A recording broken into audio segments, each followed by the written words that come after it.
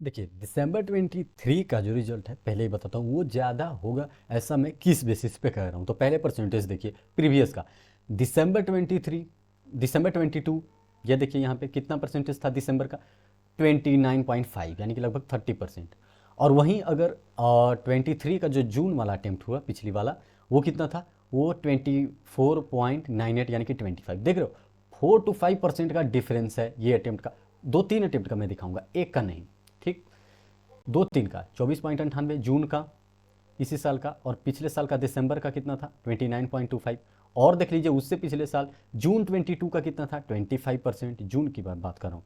और वहीं दिसंबर 22 का कितना था 29.25। देख रहे हो, यानी कि दिसंबर में हमेशा ज़्यादा रहता है। और भी देखिए 30% दिसंबर 21 का, तो मैं भी इतना ही मानकर चल रहा हूँ कि 30% जो है वो इस बार भी हो सकता है। इवन मैं एक्सपेक्ट करता हूँ कि मोर देन 30% भी हो जाए, क्योंकि मैथ्स का जो मुझे लगा कि जिसमें ज़्यादा लोग स्टूडेंट जो है वो पहली पहली बार फंसते थे, वो थोड़ा सा ठीक था, बहुत लोग अच्छे से किए हैं। खैर देख लो, दिसंबर 21 30%, और वहीं जून 21 26%, यहाँ पे भी 4% का डिफरेंस। और देखिए, और एक तो ऐसा दिखाऊंगा कि आपको विश्वास ही नहीं होगा कि इतना हो सकता है डिफरेंस। हाँ, जनवरी 21 कोरोना वाला टाइम था तो जनवरी में ही हो गया था दिसंबर वाला, तो कितना 24। और नवंबर 20 देखिए कितना है 35%, कितना 35%। तो आप सोचते जाइए कितना डिफरेंस हो जा सकता है। और देखिए अब दिखाऊंगा तो आप हो जाओगे बिल्कुल पागल। जून में देखिए, जून, जिस जून से हम दिसंबर को कंपेयर करते हैं, पहले मिथ की बात कर लेते हैं, फैक्ट देख लेते हैं। 18% जून में, कितना, सिर्फ 18%। और वहीं नवंबर में 44%, अनबिलीवेबल। समझ रहे हो, 44%, 44% और 18%, कितना, दुगना से भी ज़्यादा बच्चे पास हुए थे नवंबर में।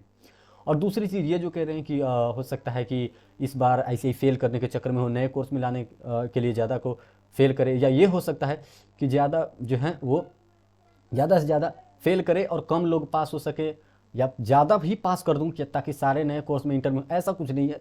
जैसे एज यूजुअल रहता है वैसे रहेगा, लेकिन पासिंग परसेंटेज ज़्यादा रहता है दिसंबर का, ये आप मान लीजिए। हालांकि जो वो एग्जाम्स था जिसमें 44% था, वहाँ पे देख लीजिए सिर्फ और सिर्फ 27,000 स्टूडेंट थे। और जिस टाइम 18% पास हुए थे उस टाइम में कैंडिडेट सिर्फ कितना थे, टोटल 30,000 थे, टोटल 30,000, और उसमें 48,000। और अब तो भाई 1.5-2 लाख एप्लीकेशन जाता है। ठीक, 1.5-2 लाख। तो आप सोच सकते हो कि पहली चीज़ तो ये है कि दिसंबर और जून में, कि दिसंबर वाला हमेशा ज़्यादा रखा है परसेंटेज, तो इस बार भी रहेगा। पिछले वाला 25 था, तो इस बार जो है वो लगभग आप 30% आप एक्सपेक्ट करके चलिए। और इस बार मैं इसलिए भी कह रहा हूँ कि थोड़ा सा पासिंग परसेंटेज हाई होने वाला है, क्योंकि आप देखेंगे कि जो क्वेश्चंस थे मैथ्स के, मेन जो है मैथ्स में बहुत बच्चे फेल होते थे भाई, जिससे भी पूछे तो मैथ्स और लॉ। लॉ इस बार फिर से रिस्क पे है, लेकिन जो पीसीआर अच्छे से किया होगा वो तो मुझे लगता है पास हो जाएगा। लेकिन मैथ्स जो है वो इस बार थोड़ा सा मुझे लगता है, भले आपको लगे या ना लगे, लेकिन थोड़ा सा ऐसा था जिसमें बच्चे जो है वो 45-46 अटेम्प्ट कर चुके हैं। और दो तीन तो गलत भी क्वेश्चन है, दो तीन, दो तो वो तो अलग गया, दो जो है गलत उसका तो अलग से आपको ग्रेस दे दिया जाएगा। अब मेन जो है इस बार पहला चीज, इसी पे आप बिलीव कीजिए, उस पे बिलीव नहीं कीजिए कि कौन सा पेपर इजी था, क्योंकि कोई भी पेपर इजी होता नहीं है किसी भी अटेम्प्ट का। थोड़ा सा हो सकता है प्रीवियस अटेम्प्ट के कंपैरिजन में इस बार वाला रियली में थोड़ा सा कम था, लेकिन जो दिसंबर वाला है ये चीज़ आपको एक्सेप्ट करना ही पड़ेगा कि उसका परसेंटेज हमेशा से हाई रहा है, ऊपर रहा है दिसंबर वाला।